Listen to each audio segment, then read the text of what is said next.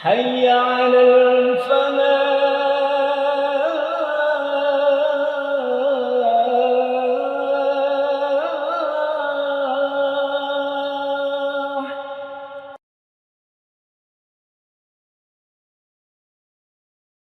Assalamualaikum warahmatullahi wabarakatuh. Innal hamdalillah nahmaduhu wa nasta'inuhu wa nastaghfiruh wa na'udzu billahi min syururi anfusina wa min sayyiati a'malina. Asyhadu an la ilaha illallah wa asyhadu anna Muhammadan abduhu wa rasuluh.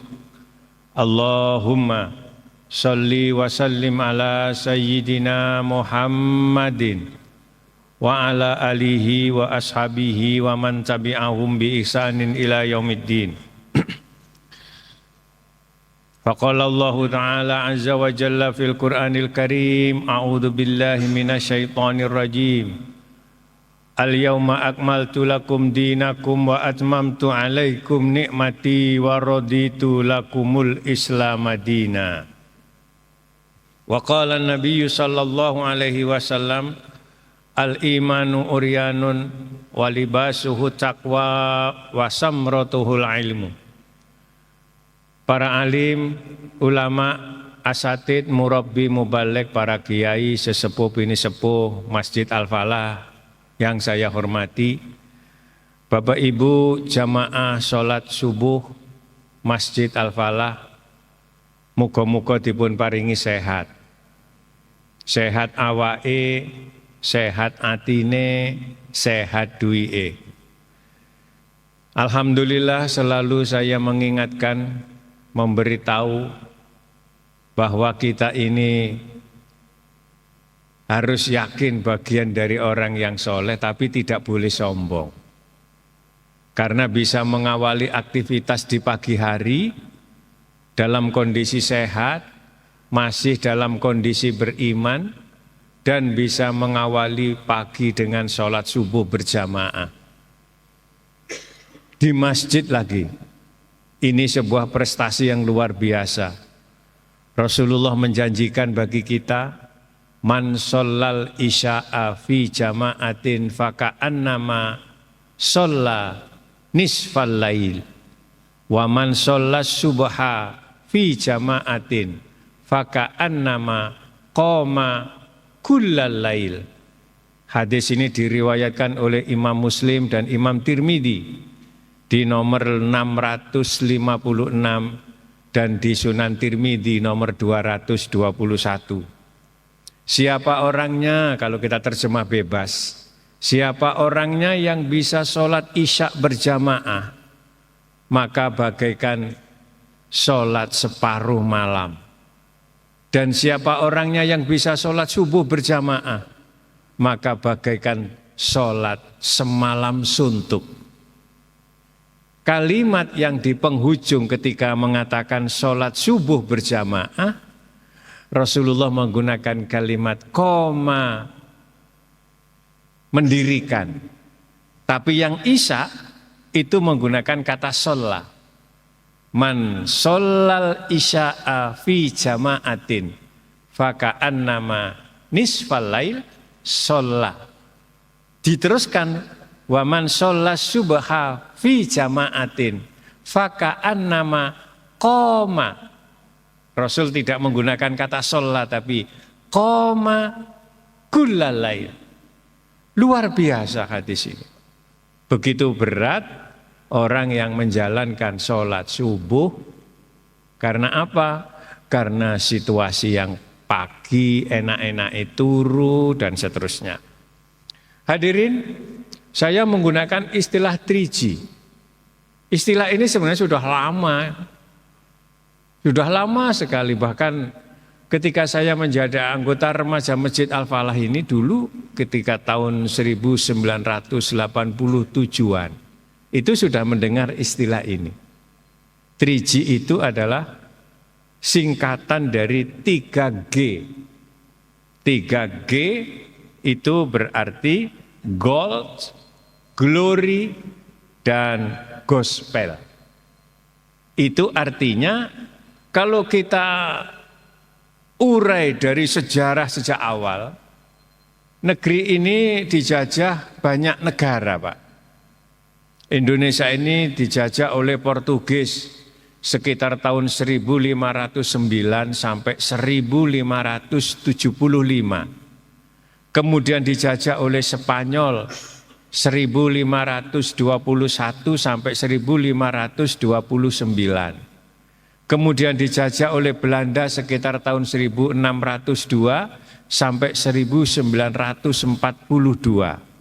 Kemudian dijajah oleh Prancis 1806 sampai 1811. Lalu kita dijajah oleh Inggris 1811 sampai 1816. Dan terakhir kita dijajah oleh Jepang tahun 1942 sampai 1945. Dan yang tidak kalah parahnya, ketika Indonesia sudah merdeka, Bung Karno pernah bilang bahwa akan datang kolonialisme baru yang tidak lagi membawa senjata, tapi akan membawa cuan, membawa uang. Dan itu yang sekarang terjadi. Negeri ini sebenarnya belum merdeka sepenuhnya, Pak. Kita sadari atau tidak, negeri ini masih dijajah oleh negara lain dalam bentuk dana, uang, pinjaman. Ya, mudah-mudahan apa yang terjadi ini kelak dengan harapan baru, cita-cita baru rakyat Indonesia mengharapkan dengan kabinet yang baru, presiden yang baru untuk membawa Indonesia yang lebih maju, beradab dan berkeadilan. Hadirin, itulah jajahan negara. Saya pernah membaca buku yang ditulis oleh Said Qutb. Said Qutb ini seorang pergerakan Islam setelah jatuhnya Turki Utsmani. Saya lupa judul bukunya, tapi beliau pernah mengatakan sebenarnya para penjajah ke Indonesia itu bukan karena mencari rempah-rempah, tetapi yang paling dominan bahwa para penjajah ini adalah karena ingin menghancurkan umat Islam. Bapak Ibu, sejak abad 15 itu semboyan 3G ini menjadi populer di kalangan mereka. Yaitu gold, para penjajah ini mencari kekayaan dan kejayaan. Gold itu adalah emas, simbol sebuah kekayaan, simbol sebuah kejayaan, dan simbol sebuah kemewahan. Oleh karena itu Bapak Ibu harus paham, setiap negara ini harus mempunyai simpanan emas sebagai bentuk ukuran negeri ekonominya mapan atau tidak. Jadi tidak sembarangan kita kemudian bisa mencetak uang. Maka untuk mencetak uang itu harus punya simpanan emas berapa ton, berapa kintal, berapa kilo. Kalau tidak begitu nanti negaranya yang hancur. Makanya kalau kita lihat negara-negara yang sampai hari ini menggunakan mata uang dinar, yang menggunakan mata uang emas, itu relatif negaranya makmur. Sama bisa lihat negara-negara yang masih pakai uang dinar, seperti Kuwait dan lain-lain. Itulah kemudian para misi penjajah ini mencari kejayaan, mencari kemewahan, mencari kekayaan di tempat negara-negara yang ia jajah. Lalu yang kedua adalah glory, yaitu para penjajah ini menjadikan jajahan ini sebagai alat untuk misionaris atau gerejawi. Saya dulu ikut pengajian di ruangan itu sekitar tahun 80-an. Ya. 80 atau 90. Saya waktu itu mendapat kaset, Pak. Kaset, pita kaset, masih belum ada CD. Itu disetelno ceramahnya mantan Pangdam Udayana. Namanya Theo Syafi'i. Saya masih ingat betul ini. Nah, kaset ini saya setel. Waktu di situ diceramahkan kalau tidak salah oleh almarhum yang sudah meninggal yang ahli kristologi. Nah, siapa itu? Saya sudah lupa. Ya, lah itu terus dikomentari Pak. Saya masih ingat pidatonya Pak Teo Syafi'i. Ketika malam tahun Idul Fitri, kemudian di Ambon, setelah malam itu beliau pidato, paginya terjadi kerusuhan. Apa isi pidatonya? Saudara-saudara, kalau saya cerita, saudara-saudara, agama Nasrani ini bukan agama yang bersih dari darah. Apa artinya? Ini pembukaan pidatonya, Pak. Artinya agama Nasrani ini disebarluaskan tidak dengan cara damai seperti Islam. Kalau agama Islam kan disebarkan melalui damai dengan cara perdagangan. Kalau orang Kristen, orang Nasrani melalui ini namanya glory. Misinya menggunakan penjajahan. Makanya kalau kita lihat gereja-gereja di Indonesia, hampir ya mayoritas itu gereja tinggalan orang Belanda. Nah, kalau Abah Ari mesti tahu itu di Mojowarno ada gereja itu tua itu di Mojowarno. Dan itu dikembangkan oleh seorang kiai besar namanya Kiai Sadra. Kiai Sadra itu kalau tidak salah orang Jepara yang kemudian hidupnya melarat, ekonominya terjepit, dia kemudian masuk Kristen. Dari situ dia dapat binaan dari orang Belanda, nah berpengaruh besar. Akhirnya mendirikan sebuah gereja yang ada di Kecamatan Mojowarno sampai sekarang. Saya dulu pernah punya bukunya Pak, tapi tak cari sudah hilang. Nah Kiai Sadra ini ketika masuk Kristen, namanya masih dipakai, kiainya itu dipakai. Tidak dirubah. Seperti sama dengan ini, Pendeta Saifuddin Ibrahim, tokoh Muhammadiyah yang kemudian kecewa, dia masuk Kristen, tapi namanya dia menjadi pendeta tetap pakai nama Saifuddin Ibrahim. Bapak Ibu, kemudian yang ketiga adalah gospel, yaitu para penjajah untuk mencari kejayaan dengan misi ekspansi wilayah. Kalau panjenengan membaca sejarah Islam Pak, itu tidak boleh menggunakan istilah ekspansi, bahkan tidak ada. Karena kalau ekspansi ini sifatnya adalah kekerasan, perebutan, penjajahan. Tetapi kalau di dalam Islam, kalau sampai jeli membaca sejarah, hampir seluruhnya itu dalam rangka pembebasan penjajah negara tersebut dari penjajahan negara lain. Yang kedua adalah misi mengentas perbudakan. Ini kalau kita jeli sejarah Islam berkembang di dunia. Bapak Ibu, kalau kita melihat ini, sejarah ini tidak bisa Pak, kemudian hilang begitu saja tidak bisa. Karena sudah dicatat oleh banyak orang. Kemudian setelah ini berkembang yang namanya misi penjajahan, misi misionaris kekristenan, kemudian mencari kekayaan. Itu tidak pernah berhenti mereka untuk memberikan peta terhadap negara yang mayoritas penduduknya Muslim. Sejarah Perang Dunia I dan sejarah Perang Dunia II, tidak ada satupun negara yang mayoritas Muslim ikut Pak. Tidak ada itu. Mana ada negara yang mayoritas Muslim ikut Perang Dunia I dan II? Tidak ada. Bapak Ibu, saya dulu pernah mengungkap di surat Al-Baqarah ayat 120, walan tardo angkal yahudu walan nasoro hatta tattabi'a millatahum. Orang Yahudi dan orang Nasrani itu, saya kalau menerjemahkan ayat ini Pak, gak iso turu, tidak bisa tidur. Bahasa saya itu. Kalau bahasa Qur'annya ya tidak ridho. Sebelum orang Islam itu menjadi pengikut mereka. Apa yang mereka lakukan selain penjajahan real seperti ini? Mereka melakukan studi Pak. Melakukan penelitian bertahun-tahun. Bertahun-tahun mereka mencari bagaimana sebenarnya umat Islam di dunia ini.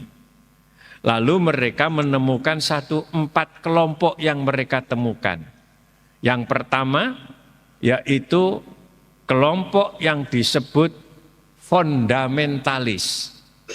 Yang kedua modernis, yang ketiga liberalis, dan yang keempat tradisionalis.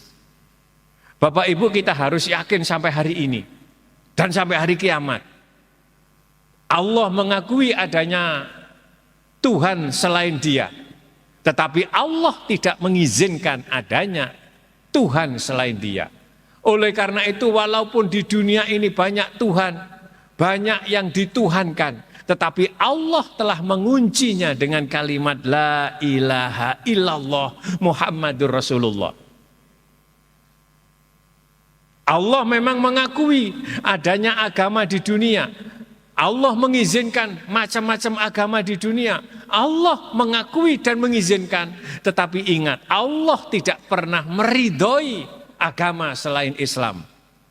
Al-yauma akmaltu lakum dinakum wa atmamtu alaikum nikmati wa raditu lakumul Islam madina. Surat Al-Maidah ayat 3.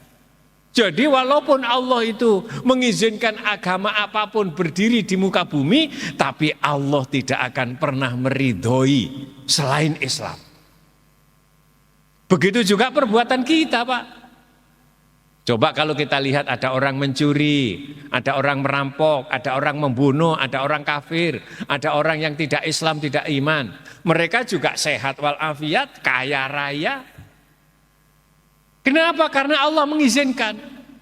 Tetapi Allah tidak pernah memberikan ridho kepada manusia yang dia berbuat dosa. Nah, di sini kuncinya. Bapak Ibu, kalau mereka sudah membagi umat Islam, jadi yang dibagi itu manusianya, bukan Islamnya. Manusianya, orangnya, pemeluknya, kita, menurut mereka itu ada 4 kategori. Yang pertama adalah fundamentalis. Orang-orang fundamentalis ini orang-orang yang bagaimana? Mereka memberikan satu kriteria, Pak, namanya penelitian. Mereka ini adalah orang-orang yang mendukung berdirinya, tegaknya syariat Islam di negara tersebut. Yang kedua, mereka mempunyai ciri menginginkan tegaknya Islam di negara tersebut. Yang nomor 3, mereka ini adalah anti demokrasi yang dari barat. Dan yang keempat, kritis sekali terhadap apa yang datang dari barat ke negeri ini. Dari sini kita bisa merasa, Pak, selama ini kita ini masuk orang fundamentalis atau bukan. Kalau jiwa kita mendukung syariat ini tegak di negeri ini, maka itu berarti kita orang fundamentalis menurut mereka. Dan orang-orang seperti ini, kelompok fundamentalis, itu mereka memberi status. Apa? Mereka selalu diawasi karena dianggap bahaya. Diawasi, Pak. Diawasi hidup kita ini. Cuman kita kadang-kadang tidak merasa kalau kita ini diawasi. Lalu yang kedua adalah kelompok mereka yang disebut dengan modernis. Kelihatannya mereka ini modern ya. Modern ketoke, tapi apakah dia betul-betul modern? Nanti dulu. Disebut modernis kata mereka, mereka ini adalah orang yang menolak syariat Islam dalam bernegara. Menolak, Pak. Nah, kita nanti masuk dikategorikan modernis apa fundamentalis. Kemudian mereka ini adalah pro dengan demokrasi yang ada dari barat, dari Amerika. Kemudian tetap kritis terhadap Islam, terhadap negara, terhadap barat, dan menganggap semua yang dari barat adalah modern. Bapak Ibu, contoh yang sekarang, Arab Saudi, Pak. Arab Saudi itu sekarang roda kenegaraannya itu dilakukan oleh putranya namanya Abdullah. Nah, beliau ini studinya di Amerika, Pak. Saya kemarin haji, alhamdulillah, itu saya melihat di hotel itu, kemudian di maktab. Di maktab, hampir semua petugas maktab yang di dalam, di kantor itu perempuan, Pak. Di hotel, itu sudah kita jumpai banyak mereka petugas pekerja perempuan. Yang di bagian makan, di catering itu perempuan, Pak. Apa yang menarik? Saya amati. Kalau dulu, saya waktu haji dulu tahun-tahun 3-4 tahun yang lalu, itu mereka masih pakai cadar. Bajunya ini masih pakai panjang jilbabnya. Kemarin saya perhatikan, Pak, yang di hotel, itu yang ngeladeni di catering-catering itu sudah tidak pakai cadar, jilbabnya ini sudah dimasukkan, kemudian ditutup dengan baju luar. Saya bilang sama kawan-kawan, coba lihatan petugas catering itu, ada yang berubah enggak? Iya berubah, Pak. Di maktab, petugas di maktab yang saya kunjungi waktu itu, ada sekitar 6 anak, 6 orang, perempuan masih muda-muda. Loh, itu sudah tidak pakai cadar, tidak pakai burqa. Bajunya sudah biasa. Nah, itu artinya ketika orang itu sudah terpengaruh dengan orang-orang kehidupan di Eropa, di Barat, akan berpengaruh juga kepada mereka, kepada negara tersebut, Pak. Lalu yang ketiga adalah orang yang masuk kategori liberalis. Nah, ini yang bahaya. Liberalis itu adalah memisahkan antara agama dengan dunia. Dan ajaran ini tidak boleh terjadi, Pak. Kenapa begitu? Karena Indonesia ini mayoritas Muslim dan di dalam ajaran Islam tidak boleh memisahkan dunia dengan urusan agama. Wabtaghi fima atakallahu darul akhirata wala tansa nasibaka minad dunya. Kalau toh kita mencari kehidupan akhirat, Allah mengingatkan dengan kalimat yang sangat tegas, wala tansa nasibaka minad dunya. Jangan kau lupakan kehidupanmu di dunia. Bapak Ibu, nanti kita cari apa arti kata ad-dunya. Dunia ini dari bahasa Arab ad-dunya. Ad-dunya hampir semua ahli tafsir mengartikan al-jifah. Jifah maknanya rendah, hina, kotor. Tetapi ingat, Pak, wala tansa nasibaka minad dunya, walaupun dunia ini rendah, hina, kotor, tapi dunia menjadi final penentu kehidupan kita di akhirat. Lalu yang keempat, ada kelompok yang dikenal mereka yang namanya tradisionalis. Bapak Ibu, kalau kita mendengar istilah tradisionalis, mungkin terbayang di hati kita, di benak kita, mereka yang orang-orang yang hidup di desa, hidup di pondok-pondok pesantren, pakai sarung. Bukan itu, Pak, menurut mereka. Tradisionalis di sini adalah orang-orang yang mereka ini, kalau bahasa saya, mereka ini cuek dengan kehidupan negaranya. Misalkan apa? Kelompok umat Islam yang netral. Ya wis netral, Pak, pokoknya netral wis.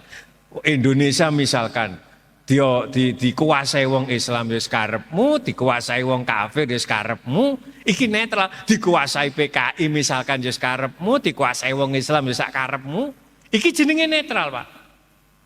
Nah, kelompok-kelompok seperti ini tetap diwaspadai.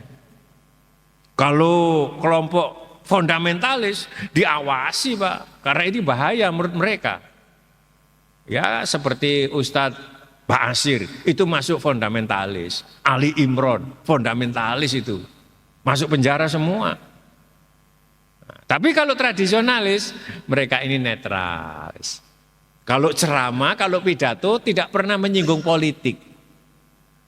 Pidatonya santun, datar, hidup keseharian. Dan ini menjadi pengikut yang besar. Misalkan yang masih hidup. Dulu ada seorang ustadz dari Bandung, masih hidup sampai sekarang, namanya A.A. Gim. Bapak Ibu, A.A. Gim ini saya sangat hormat sama beliau.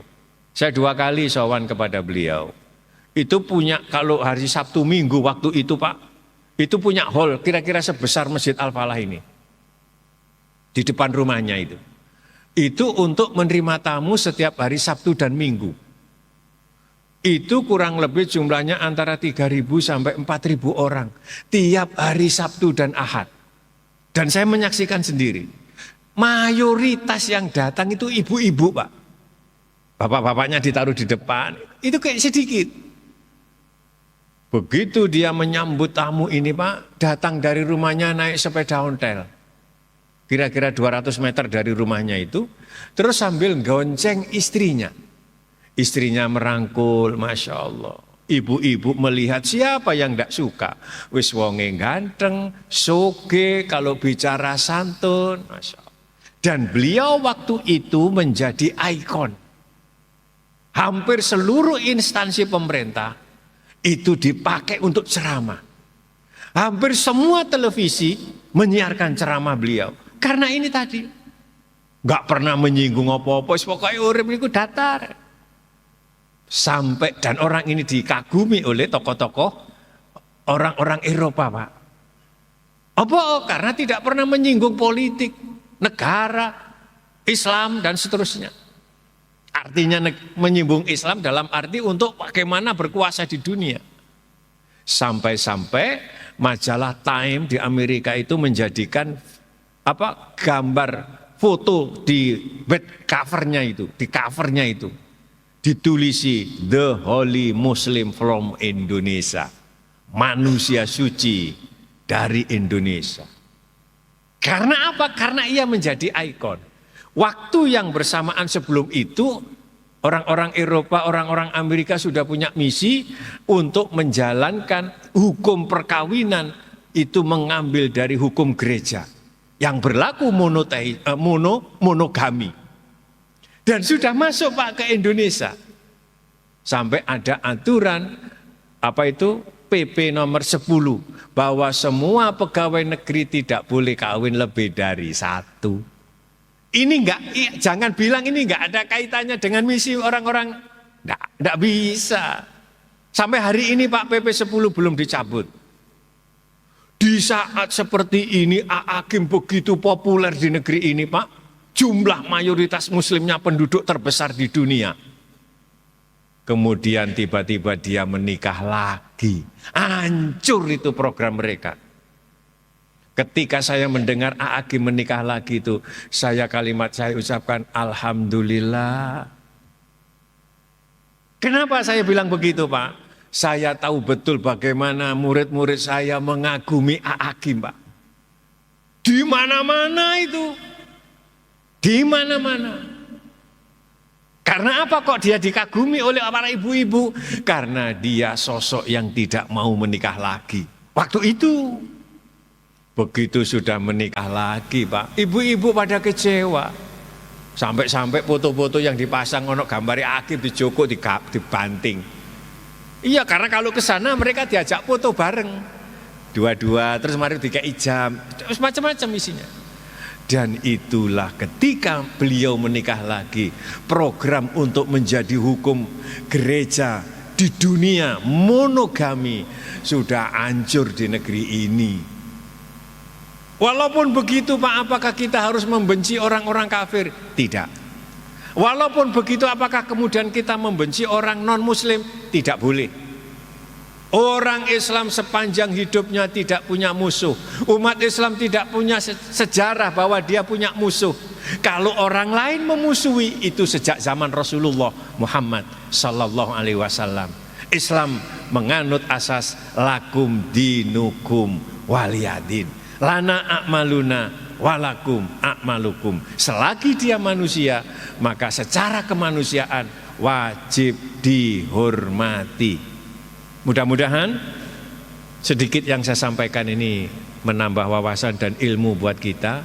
Mudah-mudahan pula sisa umur kita barokah, rizki kita barokah, rumah tangga kita sakinah, mawaddah warahmah, anak cucu kita soleh-solehah.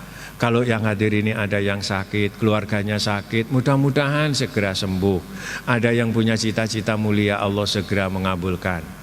Ada yang punya problem hidup yang sulit, Allah segera memberikan jalan keluar. Mungkin masih ada di antara kita ini yang belum punya anak, cucu, menantu, Allah segera memberikannya yang baik. Ada di antara kita, keluarga kita yang belum ketemu jodohnya, Allah segera memberikan jodoh yang baik, jodoh yang bisa menghantarkannya ke jenjang pintu surga.